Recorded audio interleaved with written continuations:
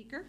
Yolaine has been one of our board members. She's been past president. So those of us who have been on the board forever and ever, amen, she's been our president. So that's also my way of saying if anybody's interested in being, a president or one of our board members, it would be lovely for you to tell one of us board members. So that was my plug. Thank you, Yolaine, for that.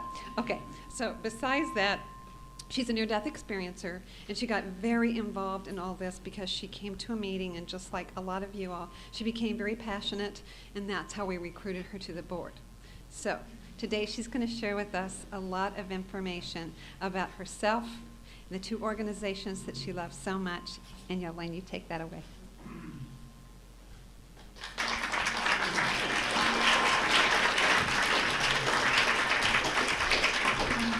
Thank you, Debbie.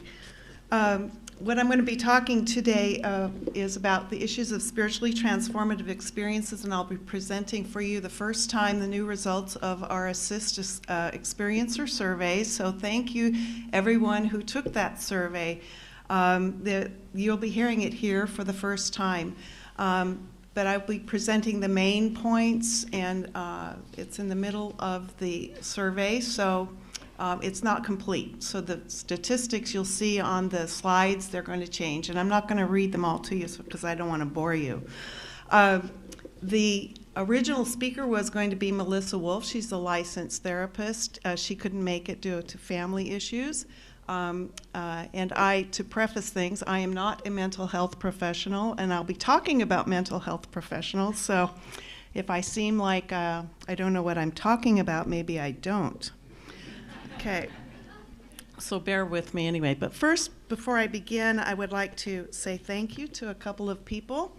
First of all, Melissa Wolf, who did the second survey for us, put it together and gathered the results. And I also want to thank some of the board members who are in the audience, Mike Crumper, who also helped review this. And I apologize because I made many changes after his clever reviews. And also want to thank other board members, Ryan Rominger, and the committee members. Also, Barbara Jo Langer is one of our pilot support group facilitators.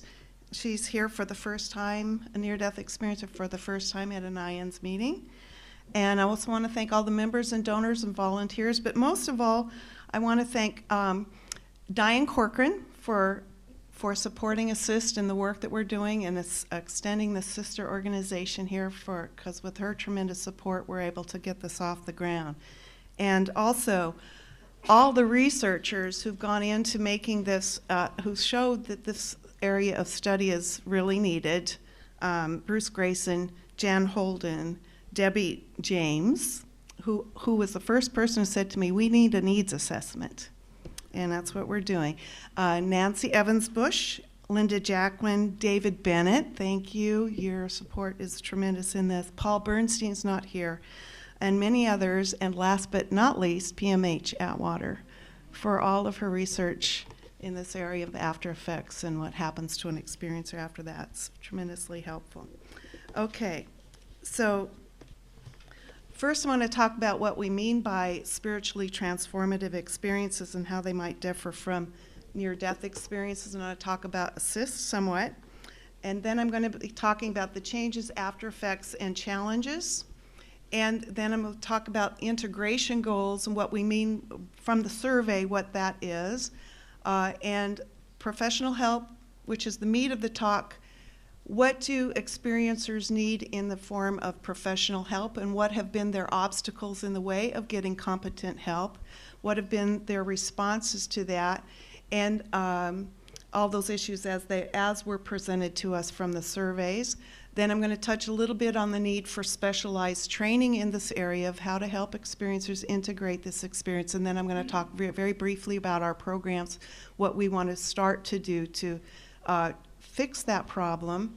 And then I want to leave plenty of time for questions and answers. So if the minutes show me, give me plenty of time for that at the end. Okay, so as ACISTE is concerned with meeting the needs of integration needs. We're not so much concerned about what happens in the experience itself, except for how it might affect the integration pattern afterwards.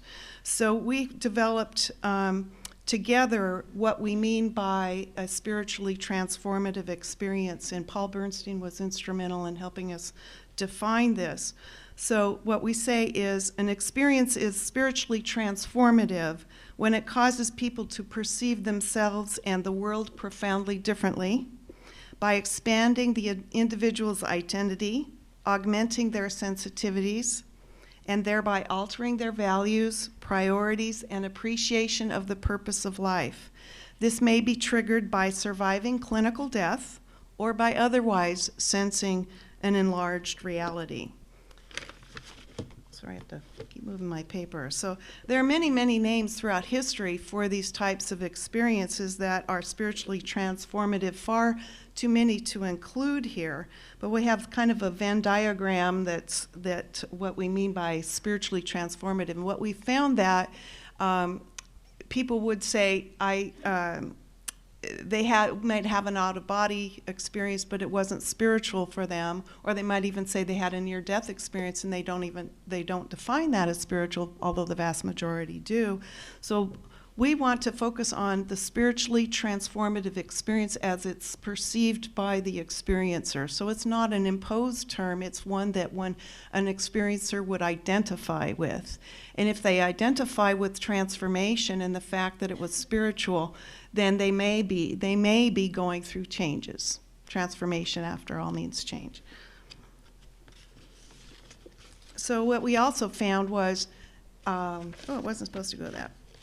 What we also found was that in our study, the changes in the after effects, oh my goodness, it's skipping all over the place over here. There we go. That the changes after a spiritually transformative experience were very similar to those reported by near-death experiences. In fact, in our study, it just turned out to be that half of the people who took our survey were near-death experiencers, and the half had a similar experiences but were not near-death. So we're just beginning to understand those. In addition to the different types of spiritually transformative experiences listed, we know there are different types of near-death experiences themselves. So there's a lot of struggle with that term, near-death experiences. Experiencers can relate to it, or they may not relate to it. They may say, hey, I had the exact same experience. I had the tunnel, I had the light review, I had the light and all that, but I wasn't near death. I was having a shower. I was taking a shower. I was driving a car. I was giving a eulogy, but I'm struggling with these same kinds of issues. So IANS and other people started to call those, okay, those are near-death-like experiences. And then other people would say, hey, no way, that was a near-death experience. I was in the morgue. How much deader can you get? I heard them pronounce me dead, so that was not a near-death experience. That was a death experience. So, and then we learned about empathic or shared death experiences where a person is also perfectly healthy, but they're in the arms of a loved one and taken to the other side. So what my point with all that is that we needed a term that is not about the physical circumstance at the time of the experience, that seemed to be not a guarantee for any kind of spiritual experience. The physical circumstance can be anything. We've had people report them while they're having sex, so they can happen to anybody at any time under any circumstance. So we wanted to be inclusive of that, and not even sometimes near-death experiences, they will take the term and it will be used to invalidate the experience by others. Oh, well, you weren't dead, so you didn't have this experience. It must have been some hallucination, or you're lying, or what other dismissal of the term. Or they will say, well, how close to death were you? Were you like 80% dead, or were you 50% dead? Because only then you could. So that's a term that is defined by the physical happening when for the experiencer it doesn't matter so much. Yes, proof of the afterlife for them maybe, but it's we wanted to look at the transformative aspect. So we looked at different studies on the prevalence of spiritually transformative experiences. How many were there in the population? We found many studies, and this one was the National Opinion Research Center at the University of Chicago in 2004 asked the question, have you ever had a religious or spiritual experience that changed your life? 35.7% of the U.S. population answered yes to that question. Now that is a broadly worded question. So there was another one in 1991 that we found by the same research center at the University of Chicago. Have you ever felt as though you were very close to a powerful spiritual force that seemed to lift you out of yourself? The answer positively to that was 31.9%. So that's a little more specific to what we're getting at, and even though that doesn't define exactly, is that a spiritually transformative experience, it does show that they're more common. It suggests that it's more common than people realize, that these experiences, but where are all these people?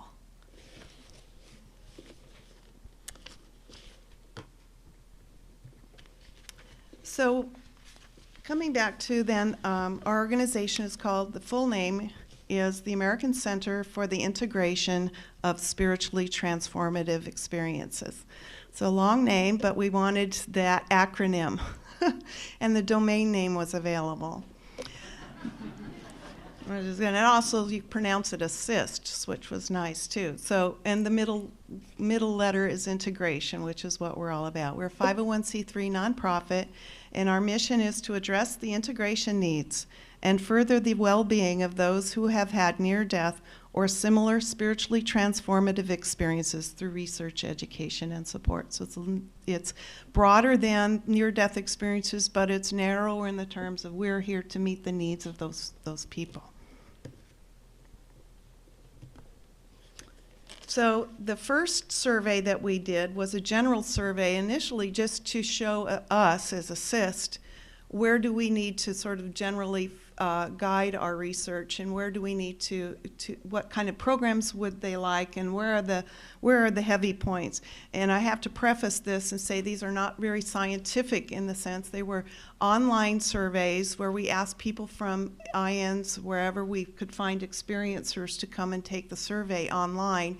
We got 60 people to take them. I think was a good ballpark figure for us to go with. Then we conducted a second survey on professional help, which Melissa Wolf designed, which was also online. We got, as of the time of the writing of the talk, was 69. She's shooting for 100 respondents, and then we'll publish the results in a journal. And we'll make that available to anybody who's interested. We're going to be posting all of our research online and make that available to anybody at any time. The third survey, which is in the planning, we'll be having focus groups. We'll be talking about the integration process itself. How long does it take? What are there phases or stages or timelines through the integration process? Is there anything identifiable that might help a professional when they're helping a person integrate this experience?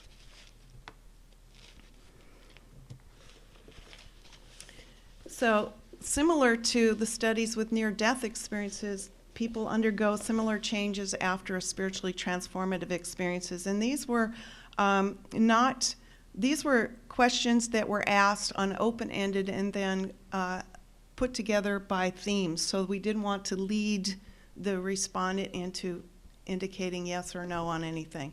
So the areas related to changes in the top areas were changes, of course, in attitudes towards death and dying, increases in love and compassion, an increase in meditation and spiritual activities, changes in religious views or practices, an increase in volunteering and generosity, and so forth. There were some that indicated, too, it was a lower figure for divorce than what's found in near-death experiences, and I think it might be due to the fact that a high number of people who took the survey were childhood experiencers or teenage experiencers, that they had this before they got married. So see, there's some of the more psychic after effects that similar again to near-death studies. People felt from time to time overcome with a sense of peace. They felt others' energy. They felt others' emotions, 63%. Experiencing miraculous or synchronistic events was also 53%. Seeing auras or energy, and so forth, all of these different psychic things. And I must say about that, for some experiencers expressed in the open-ended section, they would say, they liked this. They wanted to explore these feelings, these psychic after effects, but others say, no, this is too painful. I don't enjoy walking into a place and feeling other people's negative energy or seeing their auras. It's too disruptive. So it can be a challenge. So we looked at then the challenges more closely. And the number one challenge that people indicated that they faced were dealing with heightened sensitivities. So much like Tessa, you heard the childhood experiencer talk about, this was the number one challenge that people indicated on our survey that they were dealing with. The second one was finding and living one's purpose. And I'll just read them through quickly, and then I have the general comments about it. Integrating new values with earthly expectations, adjusting to a radical shift in reality and/or identity, dealing with relationships with family and friends, dealing with value, belief, and life direction shifts, dealing with issues related to the experience, to sharing the experience, building and maintaining relationships, dealing with supernatural gifts, paranormal experiences, and accepting the return or being here. Now, these were broad, that many people indicated multiple challenges in many different areas. So it wasn't like a small group of people would indicate just one challenge. They were indicating many, many different challenges. So the percentages don't add up to 100, but they were dealing with many kinds of things. So you can expect with all these different changes, challenges, and after effects that the integration period, it just makes common sense that it's going to be long, and it's going to be complex, and it's not going to be the same for each person. So we have developed an integration definition, what we mean by that. And this is, again, kind of drawing out what we could read from the surveys. It's not a scientific definition, but it seemed to be one that people who responded to this agreed to this. Integration is ideally achieved when the experience, its meaning, and after effects have been incorporated into one's life to a degree that is assuring to the experiencer, and when accompanying challenges, stresses, and disruptions are reduced to an acceptable minimum. This means, so this is very from the experiencer's point of view, not an imposed, okay, I define you, I diagnose you as thoroughly integrated now. No, we're saying the person has to define it themselves. What is integration for them? So when an integration is complete, experiencers recognize that their STE is now an important part of their lives, congruent not only with their attitudes, but also with their actions. And this comes from the surveys themselves. So again, from the experiencer point of view, not a diagnostic term. So these were the integration themes. We took, again, open-ended question of how would you define, what are the themes that you would need to incorporate into the integration? What is it we're integrating? We have these two realities, but what about them need to be integrated? And so the answers, the top answers, well, the unconditional love part. Then the peace, the oneness and the unity, and the continuity of life, universal knowledge, information, so people receive information about the universe, reality, time, truth, or consciousness. You get these downloads. How do you integrate them? Where do you go with this information? Who wants to hear it? How do we deal with that? And of course, heightened awareness and psychic gifts and sensitivities also have to be integrated. What we found that people who have to shut them down experience high levels of stress and alienation, a feeling that you can't be who you really are if you can't share it, can't talk about it, and therefore can't really integrate it. Integration means, that communication and that connection with other people in your family and beyond. So when there's that blockage, we see the challenges go up. So we asked the question, in your view, how would you describe someone who has thoroughly integrated their spiritually transformative experience into their lives? So these were asked in order of dominance by theme clustered, the single words. The number one thing that people repeated over and over again, that person who is thoroughly integrated is at peace with themselves and with others. They are also respectful of others and diversity. They are balanced. They are aware. They're connected. They're living with purpose. They've found it and they're living it. They are financially stable, which was a surprise to me personally. See that there. Present, mindful and aware, loving and compassionate, accepting, joyful. They have good relationships. They're authentic, they're open, and they're respectful of their own body. So I think those are good goals for anybody, not just anybody who's had a spiritual experience, right? So we want to our next study will hopefully get this nailed down, but what we're looking at, what are the factors that may accelerate, inhibit, or promote the integration process or influence them in any way. And we see that preliminarily, what it suggests, that age is an important factor. So as PMH Atwater says, a child does not integrate, a child compensates, right? And so it's a different process depending on the age of the time of the experience. They may not feel changes, but they will feel different from other kids. So age is a huge factor. And then someone who's had a spiritual experience, when they get older, they may look at their experience in the back in a different way. They might be looking forward to the next journey. So what are all those factors? Religious upbringing.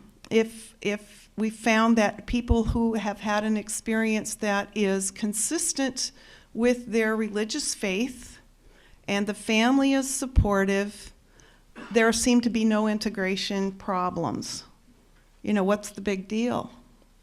It's not an issue for a lot of people. But for those who've had where this experience is different than or even in opposition to one's religious or spiritual upbringing, it can cause enormous stress and an alienation. We've heard of stories of people being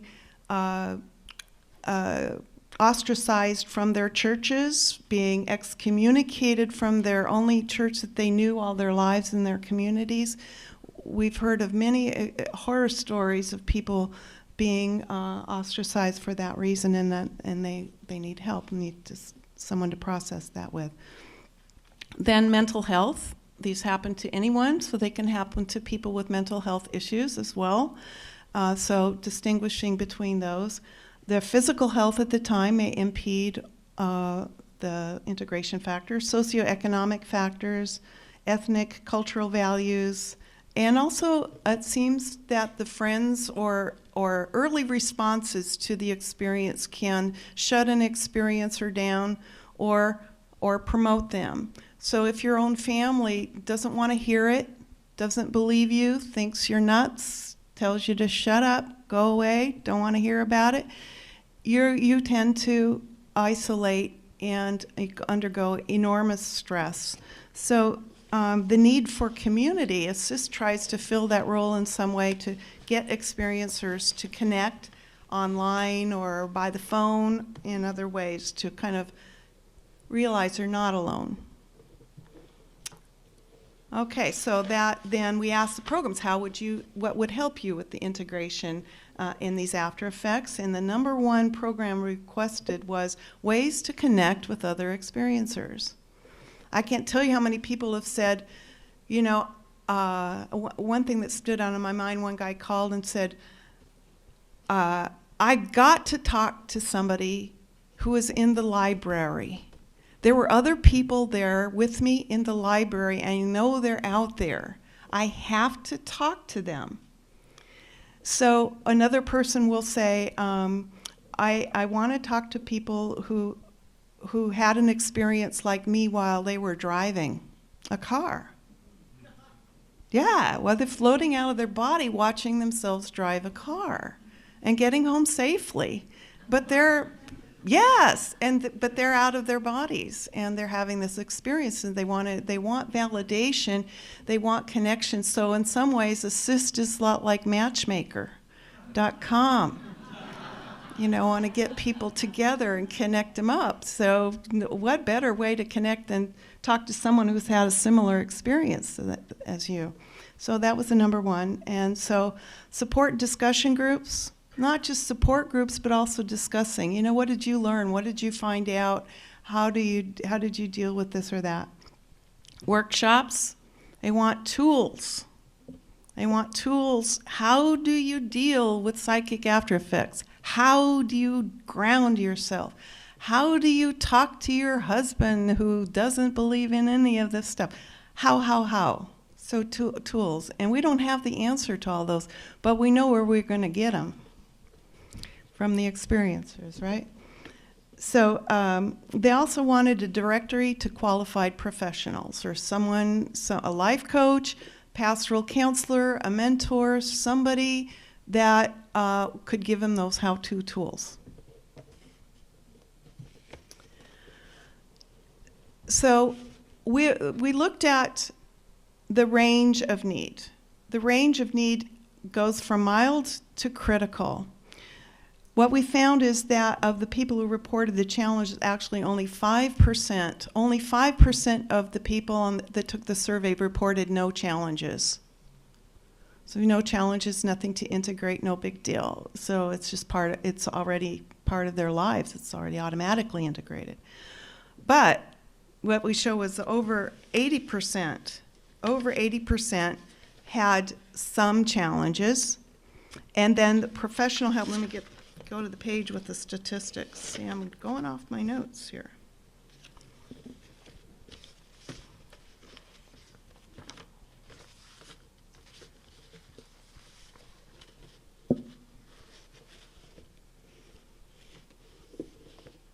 So it was about 50% of the people who had these experiences suffered from depression. And then another 30% contemplated suicide. 10% resorted to substance abuse, and 6.7% had actually attempted suicide in order to return. And these are challenges that they indicated related to sharing and integrating their experience, directly or indirect consequences of their experiences. And we know what was stated in a previous talk, that W.I. Thomas said that if an experience is real, it will have real consequences. So we see these real consequences with people. These are very real things, people suffering with real issues.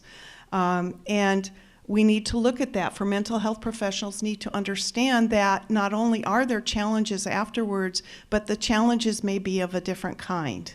That the reasons for depression and the reasons for suicide may have a different motivation behind them, different reason.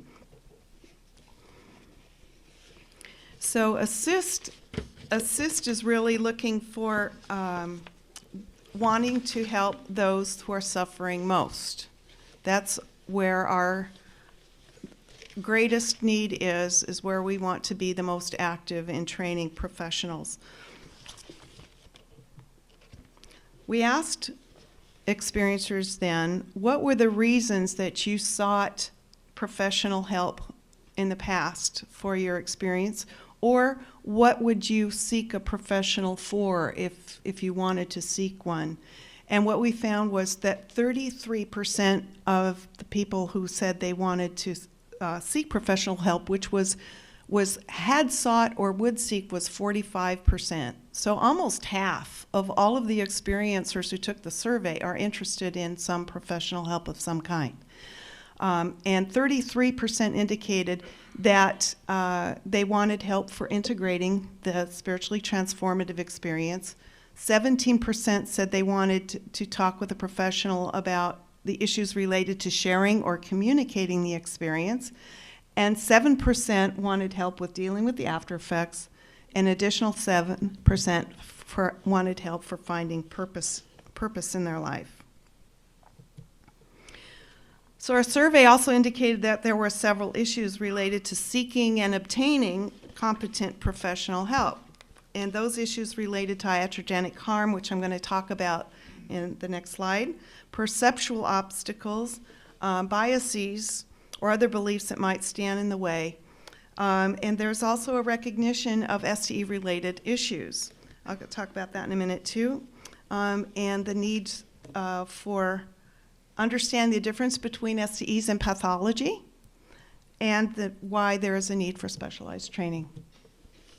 So iatrogenic harm means, and I learned that from Jan Holden, is a harm that is caused by resulting from the activity of physicians or a medical professional, as resulting from the treatment of that person. And for mental health professionals, if that causes trauma, that would be iatrogenic.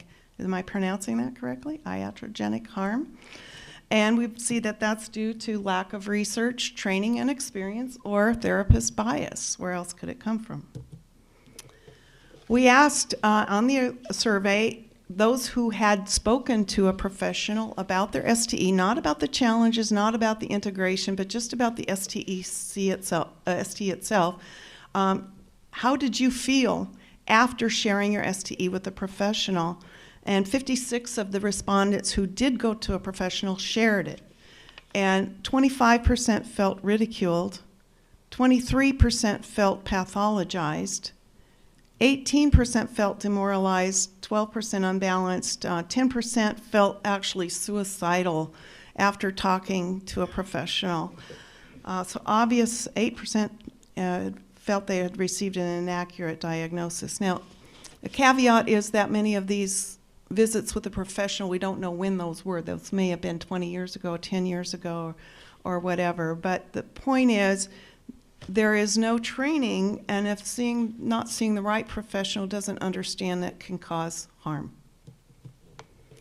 The good news is that people actually did share their STEs with the professional, felt comfortable enough to do so, and that 46 actually felt believed, validated, and respected. They felt that, the majority felt that the professional was open-minded. So the positive responses slightly outweighed the negative. So that's good news.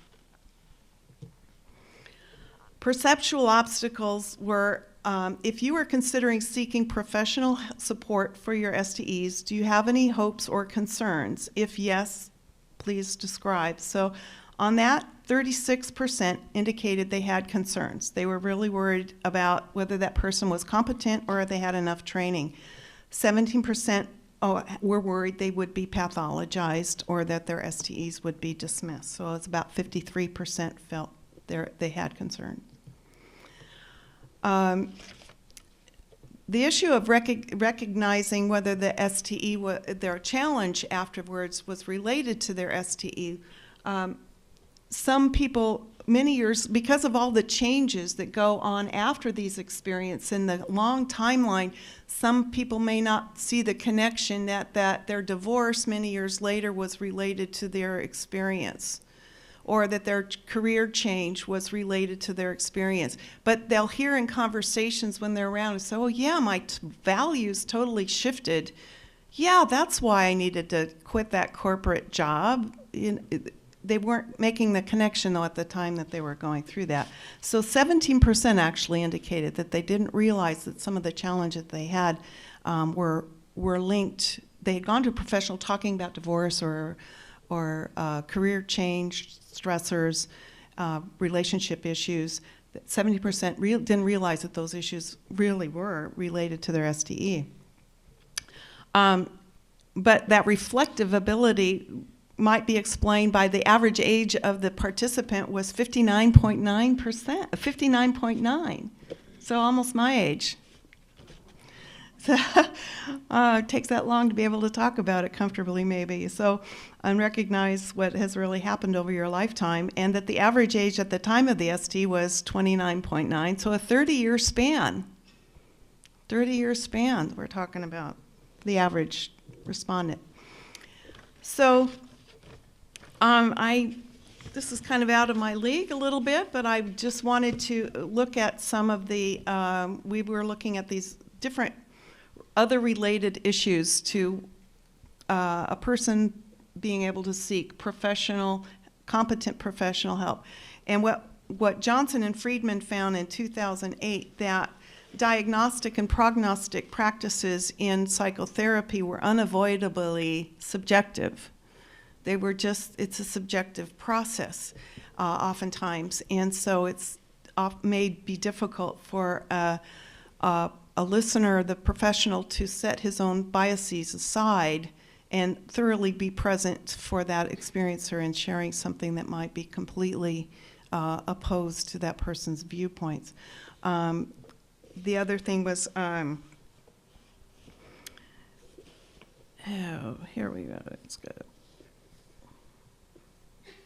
In 1992, there was a study of 285 psychotherapists by Dr. Lorraine Allman of Pepperdine University, and she sent it to about 700 participants. 285 responded on how would you deal with a person who reported a mystical experience in your practice. And she found that actually 50% of the people who took that survey, 50% of the therapists had their own mystical experiences. And they tended not to pathologize even when there was pathology present. But those who had not had the experience were more likely. And she also found that the comparison to cognitive, psychodynamic, or behavioral therapists, the humanistic or existential therapists were less likely. So your schooling, the therapist schooling influenced the part of that subjective process. There's also a debate over STEs currently still going on over whether STEs are a sign of pathology or not. Sigmund Freud did call it a regression to primary narcissism and other things. I guess I heard recently from Jeanette Nachman that he kind of recanted that later. The group of Advancement for Psychiatry in 1976 says ego regression and borderline psychosis.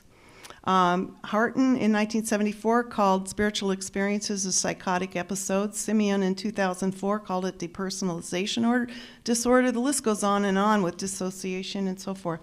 And then there's the debate over the origin of STEs. So you get the therapist's view of how to judge experience from that end, but then you get the neuroscientist's view. And I picked out just a few of these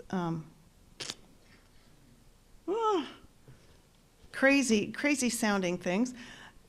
STEs are simply an episode of consciousness modulated by drugs, hypoxia, hypercarbia, and other physiological stressors during surgery. Dr. Cheney said it was a dissociated rapid eye movement sleep state defined as sleep paralysis. Dr. Bootsy in 2002 called it a disinhibition of limbic system structures due to hypoxic suppression of the neocortex. Yeah, okay. I'll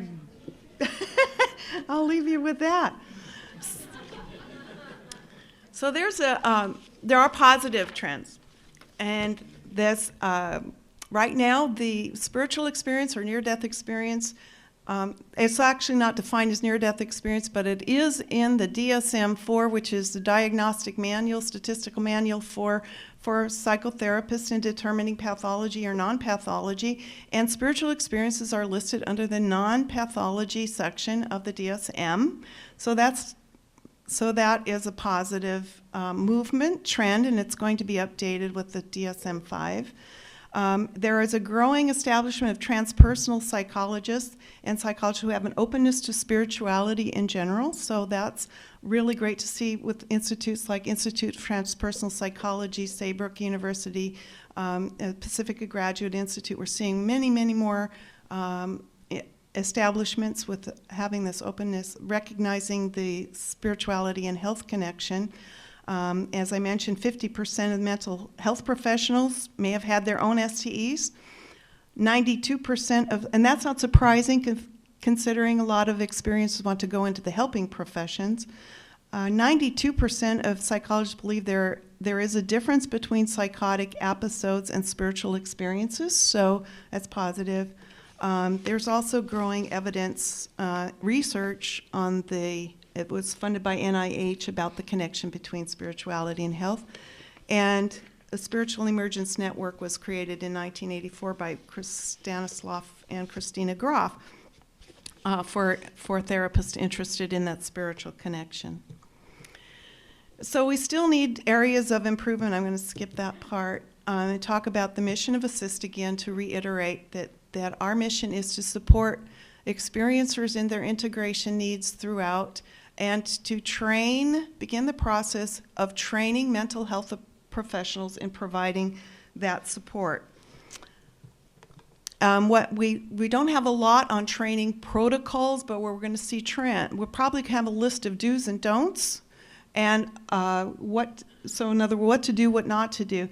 What we see that there's not going to be a one-size-fits-all program, that everybody responds differently, their experience was different, happens to different people, different ethnic groups, all different. So there's not going to be imposed one-size-fits-all, that whatever works. And to find that out, that would need to be a client-centered approach, we think, not assuming or imposing a particular method that will work for that person.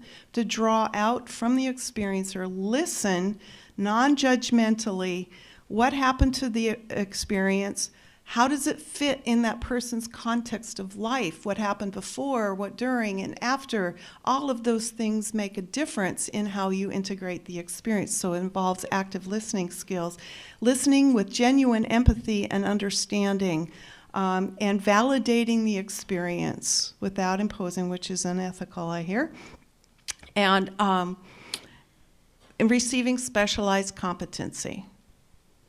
So we're not understanding that this is a specialized field and we're still learning and we're still growing, and there will be new things that we need to include in the training as we learn. So we're going to be requiring of professionals that we train and certify, we will be requiring them to be continually learning with us and participating with other therapists on what they learned. Be open-minded. They are diverse and happen so broadly. So one thing they're going to need to, just one example in the training, is they're going to, I mentioned before about a different view about depression and suicide.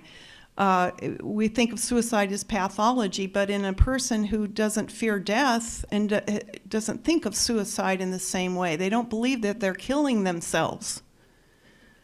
They're transitioning to a greater reality. They're homesick. They want to go home. Maybe, probably, possibly. So that has to be, you have to listen to the person to find out that motivation. So if you use traditional skills in walking a person up back from the cliff, it may not work. You might wind up pushing them over. So you got to use the tools that will work for the experiencer. So death suicide, depression may all have their different reasons. So it's just one area of specialized training we have to focus on. Substance abuse may be a escape. I just can't handle being here. So we asked for people considering professional help. 40.8% said they wanted to, but if they were going to be receiving professionalized trained help through ACISTE or other places, the confidence level in seeking out a professional went sky high. So it was 70% said they would definitely seek out a professional if they were trained. So the programs that we're using to address that are, we'll be offering CEUs, certification programs for mental health professionals of all kinds, and they're needed for all kinds, marriage and family therapists, social workers. We'll also be training pastoral counsels, clergy, spiritual directors, qualified life coaches. We're still looking at the standardization of that. Training peer mentors, like the matchmaker thing I was talking about, having peer support discussion groups, online education, and when we have a referral system in place, we'll be establishing a support and referral line.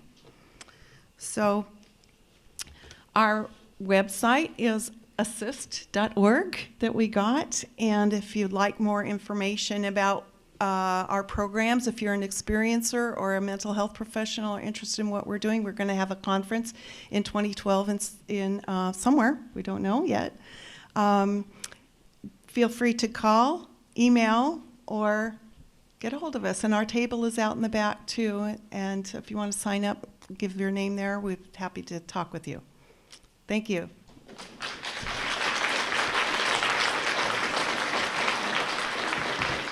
Any questions?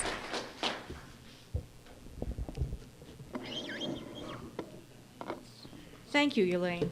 I used to be a highly functioning delusional psychotic, now an STE. I see auras. I spontaneously saw them, no illness, no anything. At 21 years old, I started seeing colors flying around my first husband. So. But I wanted to make a couple of comments. One was, I'm so grateful for this being a self-acknowledged, that integration is self-acknowledged. And because I think that's very empowering. Also, the financially stable business. I don't find that a surprise at all. And lots of the people that I've counseled over the years who've said, I'm experiencing this, that, or the other thing, it does throw them for a loop. They cannot hold down a job. So when they do start integrating the experiences, I do see that they're able to hold down a job, that all aspects of their lives starts to stabilize. And, lastly, just the acknowledgement that you're not alone. That alone is really going to assist the planet. Yes. The planet itself, because a lot of these people are very, very gifted, don't know what to do with these gifts, and this will perhaps, offer them a sense of purpose. So thank you very much, Yolene. Thank you. I can't tell you how many experiencers, when you say that, we're so grateful to they had their experience before 1974, before Raymond Moody's book came out, and they got the book and said, holy cow, I'm not alone. Right. I'm not, other people have had this. That was a big one, yes. Back in the early 1990s, after I went through my experience, I found a lot of other people coming to me for help. And a lot of them, some of the experiences are negative experiences. Mm-hmm. For example, once the energy starts flowing, if a person doesn't go with it and they allow fear to come in, they can actually blow a chakra. And I've worked with many people who have paralysis where they can't even walk because of the energy going out horizontal instead of coming up. This, ironically, led to another STE that I never would have expected, and that was working with a lot of born-again Christian experiencers. And I started looking at this and saying, okay, what are the attributes? What's happening? And what I noticed was the amount of integration that it's more difficult if a person has suppressed their spiritual growth for a period of time, and if all of a sudden there's a sudden burst, that's what makes it an STE. But if a person does it gradually and doesn't fight it and doesn't hold on to the lower stuff, They're just like a child growing from one stage to the other. They don't even notice it, and they can grow spiritually. The thing that you have to watch is if the STE is in a group, a lot of times there are false STEs. These people, if it's a Christian, they will swear on a Bible they are born again. What happens is they surrender their authority to the group and they go through an experience. They don't go within and go to a higher level. I think, yes, thank you for that, because I think that there are many factors that it's not just the experience alone, but many events that happen afterwards that help accelerate or inhibit that process, may even induce another STE to get people back on track. I have to mention one thing.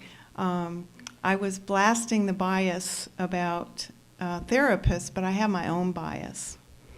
And that why I'm doing this is I believe the reason they're happening is not some disinhibition of the neocortex and all the, infantile narcissism stuff.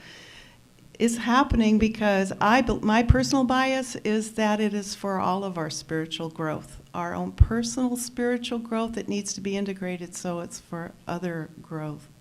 It's a growth process. Last important point, the number one symptom that I ran into was very similar to bipolar or manic depression. And the reason is a person catapults up, but it's like coming down on a trampoline. The higher you go, the harder you come down until you unresolve your ankle that's tethered to the bottom rung. Yeah. And it's a natural process. Well, we've seen like ADHD with kids and so forth, the similarities and differences. We need to look at those very carefully. And there's a lot of research about that, but it's not out there.